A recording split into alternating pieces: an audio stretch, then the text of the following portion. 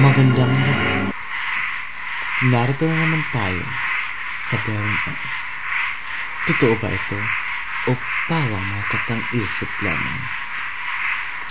Ayon sa kasabihan, sa panahong ito napapalapit ang undas. Maraming kababalaghan ang hindi maipaliwanag ng siyensya. Minsan, may mga nararamdaman tayong hindi natin maipaliwanag. Kagaya na lang ng mga guni-guni na akala natin ay totoo, pero hindi naman natin mapatunayan na ito'y katang-isip lamang. Kaya ang tanong, totoo ba ito? Isang nagpaparamdam na bata, nadidinig na tumatawag sa kanyang ina. Totoo nga ba ito? Ito nga ba ay katotohanan o katang-isip?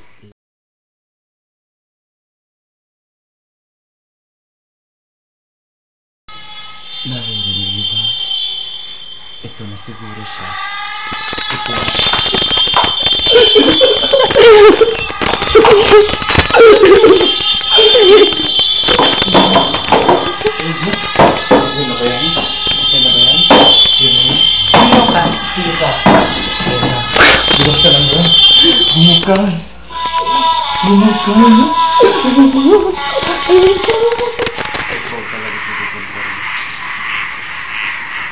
May kasama tayo ngayon, mga eksperto, dahil sa ating naranasan. Alamin natin kung kababalaghan nga ba o pawang may katotohanan ayon sa ating naranasan sa bahay na iyon. Kaya ngayon, tinatawagan ko sila na tulungan tayo maisulba kung anuman ang dahilan ng pagtawag ng batang. Sumunod po kayo sa akin. Suga. Ikaw ulit. Wala na. May nararamdaman ako dito.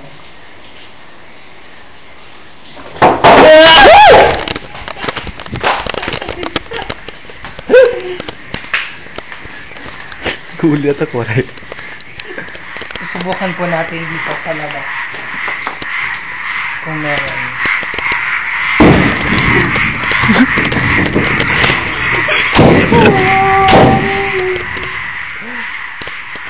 Ayan mo.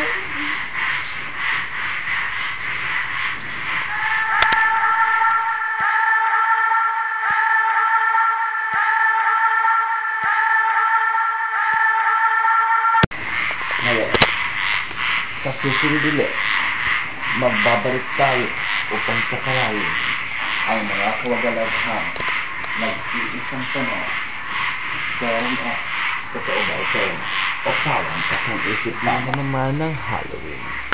Kaya, kayo, mag-enjoy at sabihin Happy Halloween to all. At saka, matakot na kayo dahil darating na. Maraming salamat sa inyong pagsusubaybay. At ito ang inyong host, Baron S.